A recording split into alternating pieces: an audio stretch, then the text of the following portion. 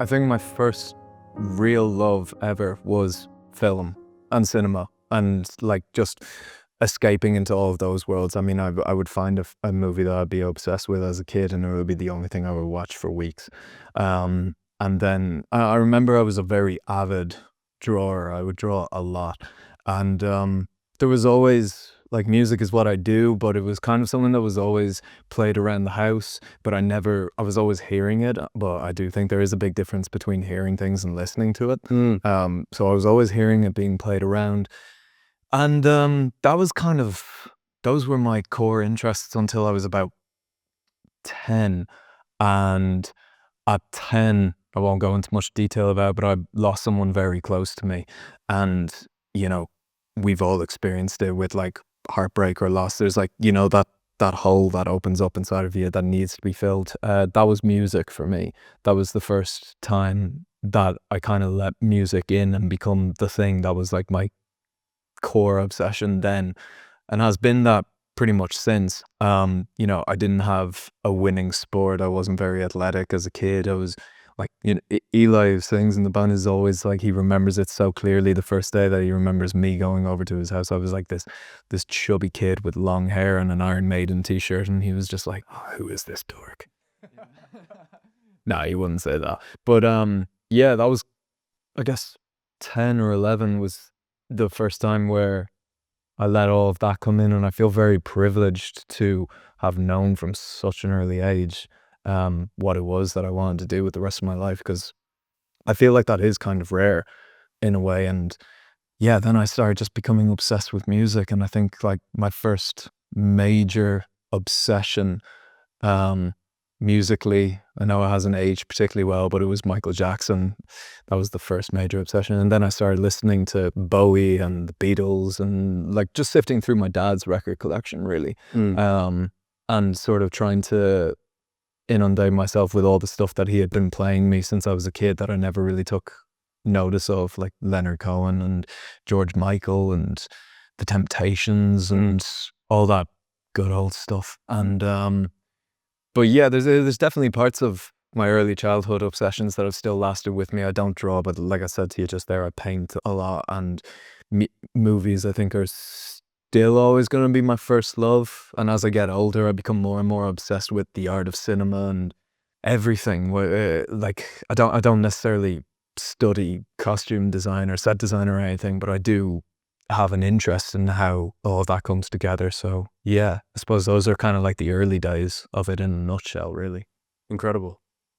And so the drumming then, how did that take hold? Where did that begin? It's funny, I was thinking about that just the other day when you messaged me to come and have this chat. I can't recall any one specific thing that happened or memory associated with what made me want to do it.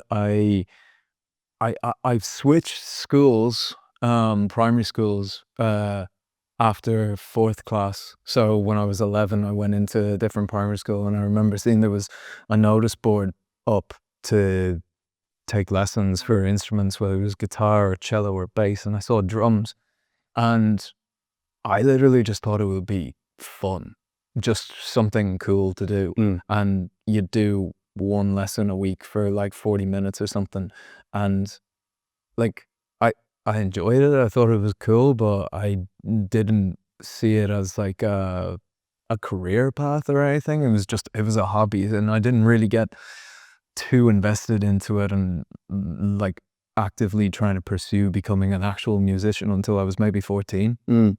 I just thought it would be fun. And I think, like I said, I went through a loss, and I think grief was sort of an overriding thing that was causing a lot of noise in my mind, and I think I maybe wanted to combat it by making a louder physical noise or something, much to my family members' dismay.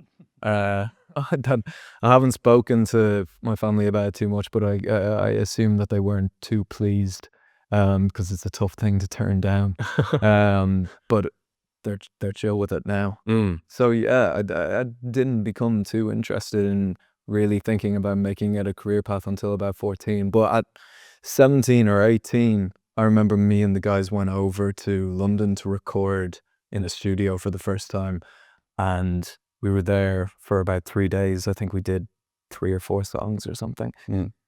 Left that thinking that I had smashed it, and then got told by our producer at the time, who's now one of our managers, that I was just all over the shop, and it was a car crash of an audition, dare I say. Interesting.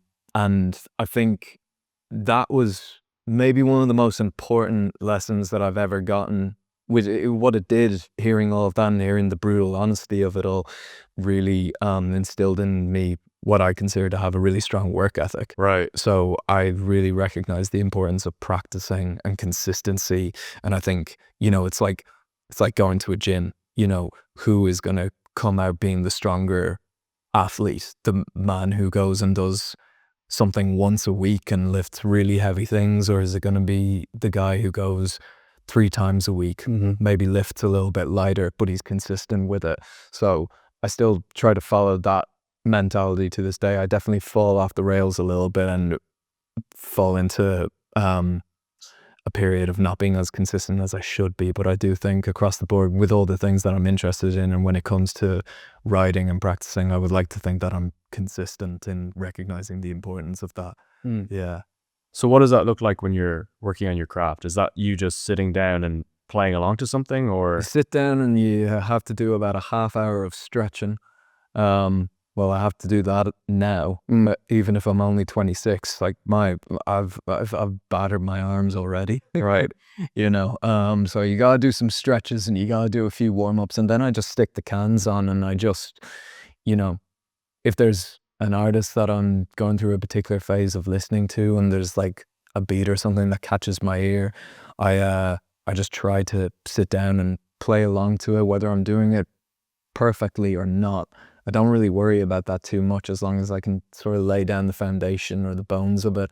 And I try to do that with as many different styles of music as I possibly can, but I'm not very technically gifted. I got lessons for a few years when I was younger by a great drummer called Dave Keegan. And it was like through him I learned, different time signatures and different styles of playing from around the world. And but growing up and being a guy who just loved guitar music, I just wanted to be Dave Grohl. I just wanted to play deceptively simple parts, but with so much power. And I'm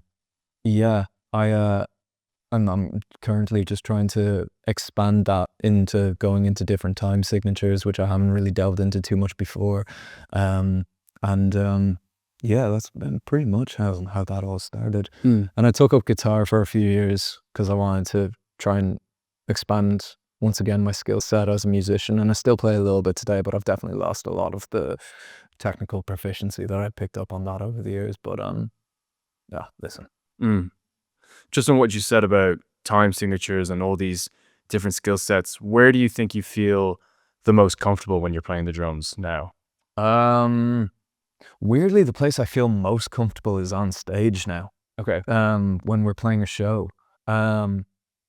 because I don't know. I think most times when, like, say we're rehearsing for a tour or something, there's a part in all of us that is kind of just going, "Oh God, we've played these songs so many times now."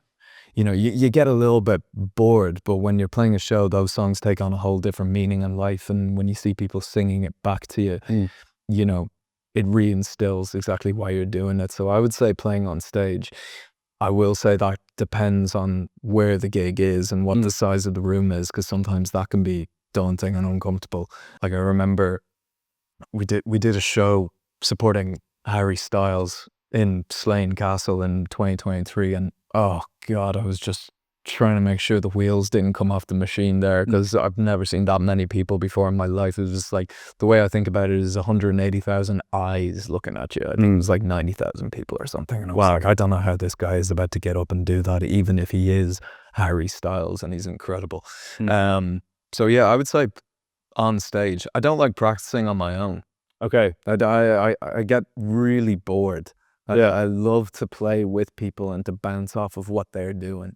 I mean, I imagine as someone who has no concept of this, that it's much harder to write a full piece as a drummer when you're alone, you know, or is that completely wrong? I mean, yeah, it depends. I mean, like there's certain exceptions, like that Paul Simon song, 50 Ways to Leave Your Lover. You know, that's Steve Gadd playing, and he just the story behind that is he was just playing around with his rudiments while he was practicing one day and just came up with that, and then Paul Simon based the song around that beat. Right. So it's very different, and I think that's something that still excites me. I haven't gotten jaded to that yet, is like the excitement of never knowing where a song can start or begin. I wouldn't know if it would work for us if I were to come up with a full beat and structure out a song that way without knowing what the other guys are going to do, though I did try that experiment recently with our guitar player Josh, where I just came up with beats at home and sent them off to him and was just like, do you want to put music over these? And he was like, yeah.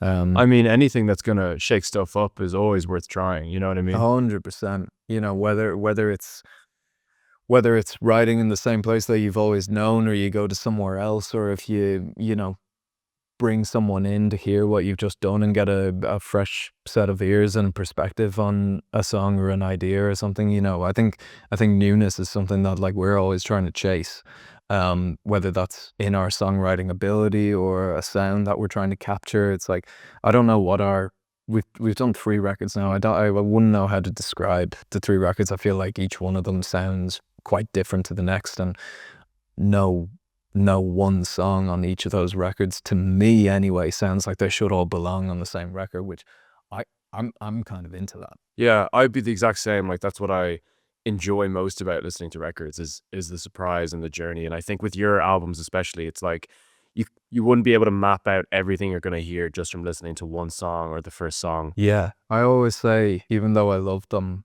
you know, I don't think there's any room for anyone today to do the AC/DC thing. Right. You know, whereas like you kind of get a sense of what the next song on the Yeah. record might sound like. And that's something that I love so much. It's like I would, as a fan of music, I would hate for my favorite band to do the same thing Yes. with every record. You know, it's like, I think Arctic Monkeys are an amazing example of that. It's like no one of their, 7 records sounds the same as the other. They're constantly evolving and changing, and that's something that we certainly are trying to chase. Yeah. And it can be difficult, you know, especially when you have 4 very opinionated people involved in the songwriting and collaboration together. It can be difficult to know exactly what one person might be hearing in their head for a song, but I think, you know, not rushing things is something that we really value, and I think like we're in the midst of having the better part of like a year off from touring right now, so that we can focus on whatever comes next for us, because in previous years it's never necessarily been a rush, but there's always been like this expectation to like get back out on tour and perform and play the record to people. And we just kind of were like, I think we've been touring pretty much nonstop for the better part of about 7 years. You know, we need time away to just be human beings and live so that we can write. Yeah. One of my mate's girlfriends put it to me perfectly recently. She was like, you guys haven't even had enough time to figure out what kind of curtains you want for your bedroom, you know, or what you want your window frame to look like. Yeah. I was like, oh shit, yeah, you're probably right. I mean, yeah, it's like creativity, although you need to keep showing up and it's hard work, you know, at the end of the day, it is an expression of who you are. And, and as you say, you need to live life in order to fuel what you're working on and, you know, really to just create that abstract magic part of it, you know, which you can't really box up and grind through. It's more like a fire. You need to like let it breathe and stoke it with oxygen. I forget who said it, and I'm definitely paraphrasing, but it's like creativity is like space. It's eternal, you know, it's constant and it's ever expanding, and you never know where it's going to lead to. And yeah, I mean, it's definitely a privileged position to be in if that is going to be your livelihood. And so I'm sure it's developed over the years, but what would be your process as 4 artists coming together to work on a project? Or maybe even more specifically, in context of that, what's yours, Ryan's creative process when it comes to those moments? Yeah, it does change all the time. I mean, it can be. We've got an app that we use where someone could be working on an idea at home on their own, like on their computer, and then you know, they get to a certain place with it and then download it, put it into the app, and we can all listen to what it is that someone has been writing. Or we could go into a room together and we can start a jam that goes on for about 3 hours or something, and you might get 15 seconds out of that 3 hour period where you think that could be the beginning of something. And with me, I think something that like I'm trying to get better at is just making sure that like I listen more carefully to what it is that everybody is playing so that I can play appropriately to what it is that they're doing. Because as a drummer, and we're all guilty of it, definitely try to get my own little frills and licks in, and like kind of showing off in a way, and it's just, you shouldn't do that, but we can't help it. But why is that something to be avoided? Well, you might do it every now and again, and something cool might come out of it, and someone might give you a nod, just going, "Oh yeah, okay, that was good." But then you might notice someone going, "Oh yeah, that's good," and then you go, "Oh well, let me see what else I can." Right. And they're just like, "Don't do that. Stop. Stop doing that." Right. But I even do that live now with some of the songs. We all do different things live than what's on the record, because over time those songs in their own ways have evolved, and we as musicians have gotten better. So there's certain things that each of us do now on the songs live that aren't on the record, which could have been, but then they kind of might lose their spontaneity live a little bit. Like Eli, which I think is brilliant about him, is he never plays the same thing twice. Me, I reckon I'm fairly consistent across the board and following like the core pattern of what the songs are doing, but there's little things that I do now that I just couldn't do back then. Is that because you sort of have a dual job as a drummer, in the sense that there's the creative expression side of things like we were just talking about, but then there's also the very technical aspect of being like the pacemaker in the band, or is that a misconception? My job as the drummer is to hold down the fort, Right. and to lock in with Rob, our bass player, so that if the two of us are locked in, it gives Eli and Josh a little bit more freedom to, do something mind-blowing, as Josh always does, because he's the best musician who I've ever had the pleasure of knowing. It's annoying. He can play anything and play it well. Great. It's in his bones. I think boredom might also be a part of it as well. You play the same thing over and over for years. You're just like, oh, fuck it, I want to change this up a little bit. Yeah. But it's never a drastic thing. Yeah. And just on what you were saying there about being locked in, is that kind of like a meditative experience in terms of like, are you losing yourself in the moment, even in those environments where, as you said, there can be thousands of eyes on you? Yeah. I think the worst thing you can do when performing live is to think. Is to actually like think about what you're doing. It's better to just play as a unit and to feel it out and to take in the warm reception that you're getting from the audience, because I know myself, if I make a mistake live, it might not be something that a lot of people notice, but I know that I've made a mistake, and then I start to think and get into my own head and try to not make another. But when that thought takes over my brain, that's when I start to make more mistakes. And so I think it's more meditative now than it was certainly a few years ago. I mean, the first few shows of a new campaign, when you've like just put out a record, isn't necessarily that meditative for me, because there's a duty and an obligation to carry out the songs live in a way that people don't necessarily take in from being at home and listening. Live is a very different experience, and so you have a service to the paying customer in a way.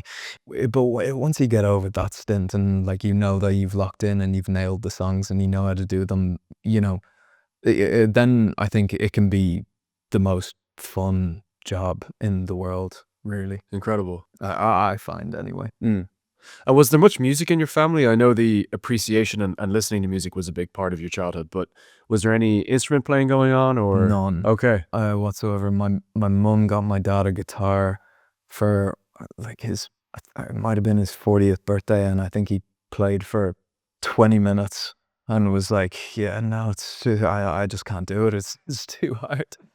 And so now that guitar is now mine.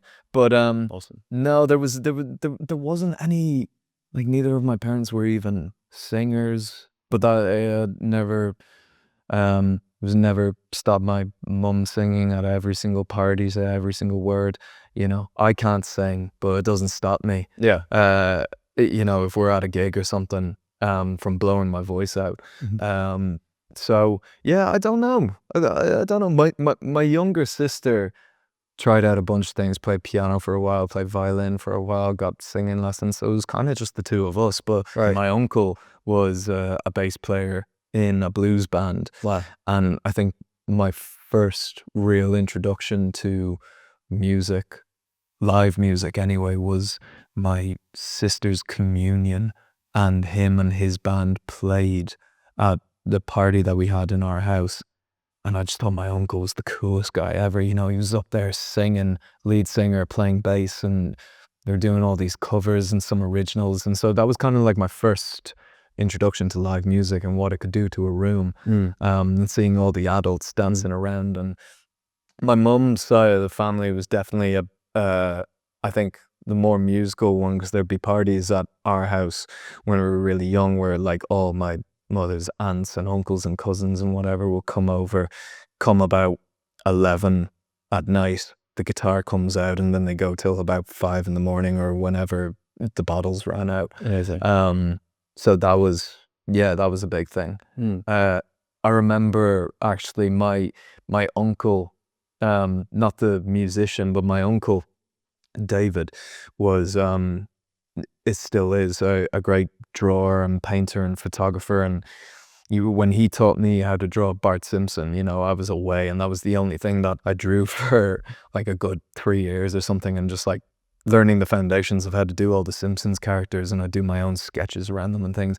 But he's really great friends with Glenn Hansard, and they became pals when the Frames were still together, and my uncle did all of their album covers.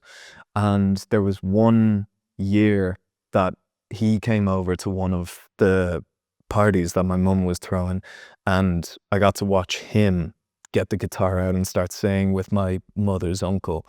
And I just, like, you know, when you feel the room go silent and you feel chills, even as like a 7-year-old kid, it's like you're sensing what all of these grown adults are sensing. And that to me was kind of like, before I even recognized that music was what I wanted to do, I was like, to do that to a room full of people, whether it's in an intimate space or a larger one, I was just like thinking what a magical thing to do. And I didn't even like clock that I thought that at such a young age until like maybe a couple of years ago, and the memory came back to me. And so yeah, I don't know if we've ever achieved it on that level before. Maybe we have. You'd have to ask anyone who's gone to a show, not us anyway. But it makes so much sense, your pursuit of an artistic career, just in hearing all these encounters with creativity during your childhood and how they affected you. I think it's interesting how the passion doesn't have to be passed down directly. Like, as you say, no one in your family plays drums, and yet it's the thing you gravitated towards to express this love for music. And just going back to craft for a second, and those drum lessons, do you think it instantly felt like a good fit, or did it take a while for you to warm up to it? Oh, it's a good question. I think it's like yes and no. I think once I knew how to play the first song I ever learned from start to finish, regardless of how ramshackle it might have been, I then developed a real love for it. And like I've never viewed myself really as a drummer. Like I view myself as a guy in a band. You know, that probably comes from the fact that, like I said, I'm not a very technically proficient player. I just love playing music, and I just love the feeling of going out and performing and coming off stage after a gig and feeling like I smashed it. It's like that is my winning sport, because in a way it kind of is a sport. You have to take care of yourself. But because it is this team sport, Yeah. like how often is it the case that you can focus on your individual creative voice, or is the goal in the context of playing with the band always just to serve this combined vision and voice that is Inhaler? Our main like our mantra has always been surf the song and just do what we can to make sure it's the best song that it can be. And I think ultimately through playing together and practicing individually or together, over time your musicianship expands, and that allows you to delve into areas musically that you wouldn't have been able to do when you were 21. And I think my big thing for this next year that we're about to have while we're in a creative space is to just consume as much as I can, and like whether that be artistically or otherwise. Like, I mean, I just started learning French. Do you know what I mean? Just because I thought that would be a cool thing to learn how to do. And me and my missus are like doing lessons. Is it just like, I just want to expand as a human being, not just as a musician, because I think like the more, it's the classic cliche of the more you work on yourself, I think the more you'll reap the rewards that are offered to you in life. 100%. And I think, whether I turn off my phone and I just spend like 2 hours painting or something, like if you invest yourself into a creative headspace, like ideas will come. One brush stroke might remind you of a record cover that you love, and then that would lead me to go and explore, well, who took that cover and who was it for and what was the band again, and then you start like manifesting different ideas for where you might be able to go stylistically and visually. Yeah, talk a little about the visual side to your creativity, because you mentioned earlier that you paint quite a lot. Are you painting something new every time? Is there something you return to? Or one thing I try to refrain from doing ever is portraits of people, because I can. One thing I just can't do is proportions. I much prefer to paint like I have painted people before, and it was mixed reviews. It was mixed reviews, but you know what? I also I love imperfection. I love, if you listen to Blonde on Blonde by Bob Dylan, you can hear like bum notes, or you can hear them speeding up or speeding down. Bob Dylan's voice is the epitome of imperfection. One of our managers, and anything he says, you could read, it could be on a t-shirt. And one thing that he always says is perfection is overrated, and it's very true. So I love to just paint things with a lot of movement and texture, and like whether it be a dog or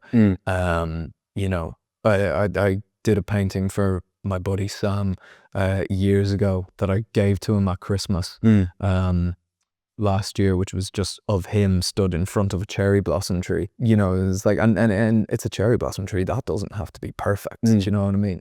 And so I just do it for me. I don't really do it for anyone else. I just do it because I love doing it. And I do have in the back of my mind one day, like, it would be cool to do like a little independent gallery or something where like put one or two of mine up, and then on the rest of the walls I'd love the idea to accumulate like loads of different other independent painters or artists to like put theirs up and have an exhibition of sorts, because I love going to those. And but yeah, it's just a hobby. No, it's great. I think those creative things that you do purely for yourself are so important. And to your point about perfection, I mean, I think it's so true. Like, not only is it overrated, but it actually doesn't even exist. Do you know what I mean? Yeah, no, it doesn't. Like, have you ever met someone who just thinks that they are God's gift to the world and there's nothing wrong with them? It's like, that's not someone I want to hang out with. No.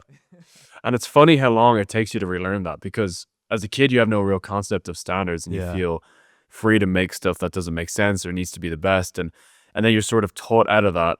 And it feels like creativity as an adult is just trying to find your way back to that, because you realize that making it weird and stupid and flawed often makes it better. This is another paraphrase, but I heard Ethan Hawke say recently, who's someone who I admire so greatly as an artist, and he's probably become my favorite actor recently. Like, I think his choices with the films that he's done have been so intelligent in terms of mapping out the trajectory of his career. But he said recently that it's like AI has the ability to create the most perfect painting or drawing of anything that you have ever seen in your life. But then he reminisced about a drawing that his daughter did when she was a child, which could never be recreated by anything ever. And that ultimately, I think, has more value in the world because it is totally unique. Whereas with AI, you give it all of these different directions. It's not going to do it on its own. You need to give it the you need to give it the blueprint for what it is that you want it to create. Whereas like a child's mind is just free flowing and doing whatever they want. And that's I so, even if I'm paraphrasing, I so get where he's coming from, because I applied that to my own debate that I had with someone recently, where it was just like, oh, do you think AI will ever come for music or live music or anything? And I was just like, it might, but I don't think it will ultimately succeed, because I don't think anyone wants to pay a ticket to go and see an AI generated group play an AI generated song, because that just feels cold. It's like, even though I get insecure about it if I make a mistake, I love going to see an artist who I love and they fuck up. And it's, it just reinstills this idea. It's just like, oh, they're human, they're not perfect, but like, I don't care that they've messed up. Yeah. And that's sometimes what excites me most about the art I consume, is that feeling of like, maybe I could do this too, like in some way, because as you say, it humanizes the creator and it allows me to get more involved with the art in some way, which makes me enjoy it more, I think. And to your point about AI, that's not going to be able to do the whole thing you described of being with your family and listening to music and experiencing a person like literally change the air in a room, because it's about more than just the end product. It's all these millions of magical, abstract things that, force you to feel something and that can move you to tears. So like, and it's great to cry at a gig. Oh yeah, for sure. I cried with my dad at Nick Cave and the Bad Seeds. Obviously years ago. Oh, he's great. Like, it was up there the top 3 shows I've ever been to. Yeah, definitely. It's got to be that. But yeah, AI is never going to come for, like, you see how they're doing like AI generated actors now. What? I know. Yeah, it doesn't make any sense. Like, it pisses me off. Yeah. It's like, it is a tool that is such an incredible thing to have. And like, the fact that we live in a time in human history where we have that asset available to us is insane. It's incredible. Yeah. But I just don't know if we're being, all the time anyway, as intellectually consistent as we maybe should be with how it's applied sometimes. Yeah. That's why social media is just like, I've no idea if I'm looking at something that's real or fake anymore. And it's like, especially when it comes to watching videos of political rallies or speeches that are being made, I'm just like, I can't tell if I'm like going mad, because it's like, did that person actually just say that, or am I watching an AI video? It's damaging. I feel like the more AI pops up for me, the more I actually wake up to how mindless the stuff I usually consume is. You know what I mean? I'm very grateful that we didn't have that, you and me, necessarily when we were in school. Like, I think we came out of school at like, I don't know, a saving grace point where it's like, we just had Facebook and Instagram. And I've got a niece and a nephew who are 3.5 and the other just turned 2. And like 10 years from now, when they have phones, it's like, I'm so anxious thinking about like what's going to be the state of social media then for them, and like what new platforms will get introduced that's already more brain rotty than it is right now. It's like, I could go on a deep scroll of something for like a couple hours one night, and I come out of it just feeling like I know less stuff, and everything that I've just seen is in the back of my mind somewhere, but I'll never be able to remember any of it or retain it all. It's terrible. It's like using a false sense of knowing everything just to like distract yourself. Yeah.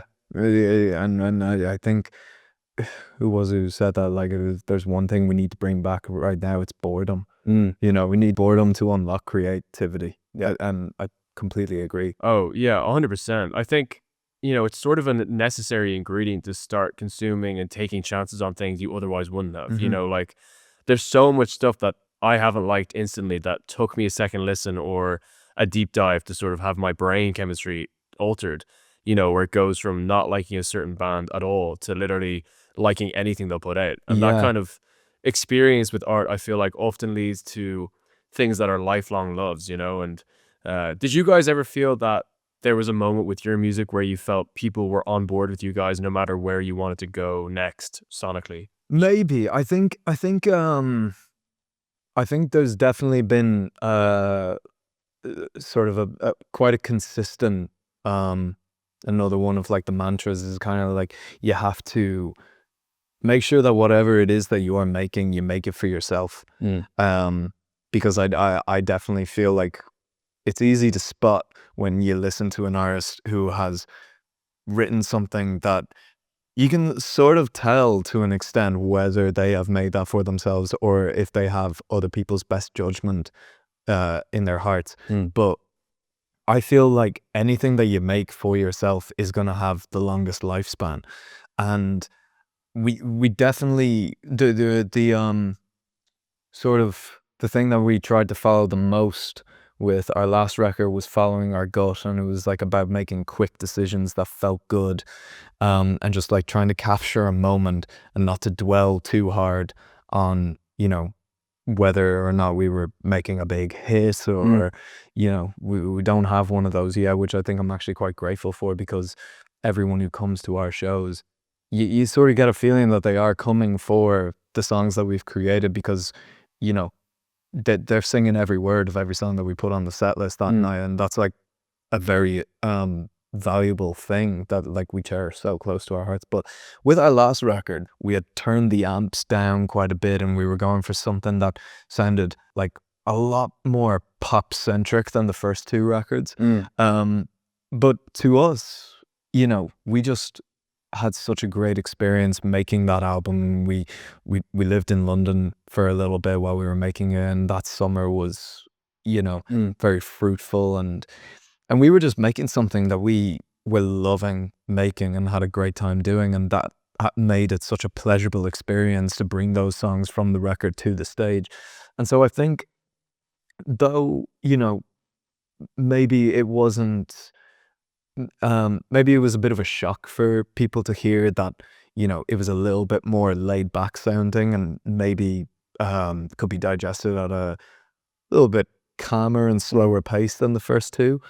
I think because of the experience that we had making it, and because we were doing it for ourselves and we trusted our gut with all of the decisions that we made going into it, I think that is going to be something that we cherish and hold on to forever, and is such a great lesson and a very valuable one, because we did it before we had to worry about getting back out on tour. And yeah, I think it is just like the only way forward that we will ever do things, is to just make things for ourselves that we love. And if we enjoy it, you know, that is the most important thing. If you love making what it is that you are making, I do think people will get that and see it. Yeah.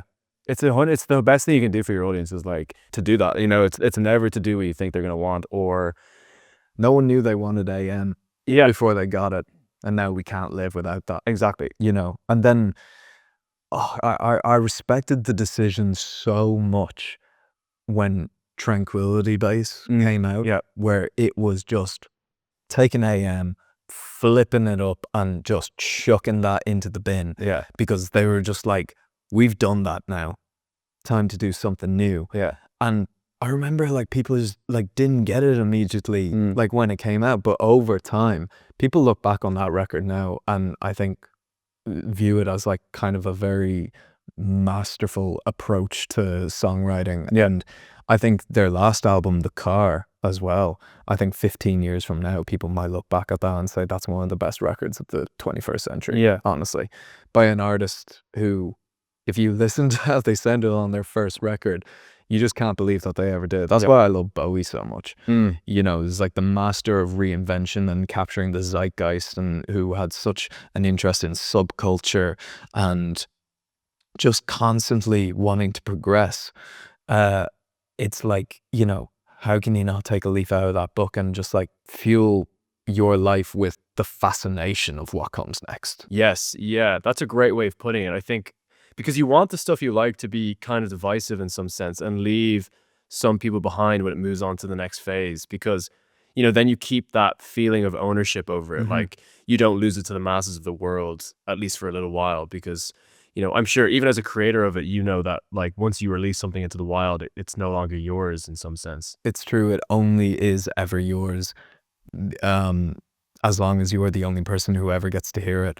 And geez, we have years and years and years worth of demos and ideas of songs that, you know, prepared to accept that some of them might only ever be ours. Because like, I don't know, is that I think I don't know if we're ever too interested necessarily in going back in time. Though we have actually been doing that a little bit recently, where we just sifted through loads of different ideas that we had over the years and just been like, I don't know. I think it's okay for some of it to only ever be ours, because it's like reminds us of the time in that we were in when that initial demo came to light, and you start just reminiscing about some of the mad shit that's gone on over the years, and then you start thinking, oh Jesus, how am I 26? Yeah. But I think, yeah, like both can be beneficial. I think what you were saying about moving forward is definitely something that an artist needs to do. And then also on the other hand, like revisiting past things and past creations to sort of inspire oneself again is equally as beneficial, or can be. Yeah. I say that now actually and feel a little bit hypocritical in that we don't necessarily go back in time all the time, but like the title track of our last record, it came out last February, the album, but the title track was originally a demo from 2021. Wow. So You're talking about Open Wide? That's yeah. Wow, yeah. That's really interesting, because it's cool to see that a song that sort of can encapsulate a new sound comes from something that's old. Do you know what I mean? Like it sits, I think, right in the middle of that album, and obviously it's the title. But I know that was definitely one of the proudest moments that we had in the studio, because that was a demo that was just kind of popping up now and again over the years, where we kind of never really touched it, because we were like, we sort of feel like that's good, and we feel like it wouldn't need too much work, but we never played it together as a group, and we were like, let's bring it into the studio, let's play it a couple of times, see if we can figure out some parts to it, and see if we can structure this, because it was just an idea. It was like, I think like a verse and a chorus, but there were no vocals on it, I don't think. And then we brought it in to the studio in London, and we just played through it a couple of times, and then went back into the control room and listened back to it, and there was just this moment that we all had, this feeling where we were like, this is a special song to us. Can't pinpoint it exactly why, but it just makes us feel a certain way. And still, I think it's probably my favorite song to perform live now. oh wow. I think. So it's wild to think that it was the initial idea of it was birthed 5 years ago now or something. But that initial feeling is so key to go of, because sometimes when you start overthinking it, you'll just, you know, talk yourself out of it. And even over time, the energy of that feeling fades from your body. So it takes work to hold on to like the memory of that moment and trust that it did mean something important. Yeah. I think that was I think that moment that we had like spearheaded the idea that we were I don't want to say that we were right, but it validated the idea of us trusting our gut and like not wanting to take too long to put too many bells and whistles and frills all over and stuff. It's just like that right there. I feel like we've captured a moment with this song that feels valuable, and I think let's just roll with it now and just you know, Eli, jot down some lyrics very quick, you know. Got that down. But that's it. I mean, that's maturing as an artist, you know, which is just letting the idea speak for itself and not trying to compensate for fear by adding, as you say, like frills or more distractions, you know? Yeah. Yeah, we've experienced it where we've just like, you know, have written a song and then tried out like millions of versions of it and changed it around so much, and ultimately the one that we always come back to is the first initial idea of it. Yeah. Well, that's great. I mean, I guess just to conclude then, going forward, is there any theme that could describe what's coming up next for you guys, or maybe yet to be decided? God, I'm trying to think of a good word. I think openness is definitely something that's kind of at the forefront of our minds right now. Being open, whether that's about something that's on your mind, or being open to the world or to ideas or ways of thinking. I think, I don't know, I'm personally feeling these days that it's like, maybe it's because we're exposed to it through social media, or maybe it's what social media wants us to believe, but I think there's too many people who are a bit hardlined in ideas and outlooks, and I think things are appearing to be a little bit black and white and cold these days. And I think openness is maybe our most valuable asset at the minute, to know that things aren't black and white. And I think openness also applies to that it is okay to disagree with each other. And we have disagreements, me and the boys, about rakes of things, but ultimately, as long as we're open about the disagreements and we don't hold anything back, I think it's just another way of progressing as individuals and not just a unit.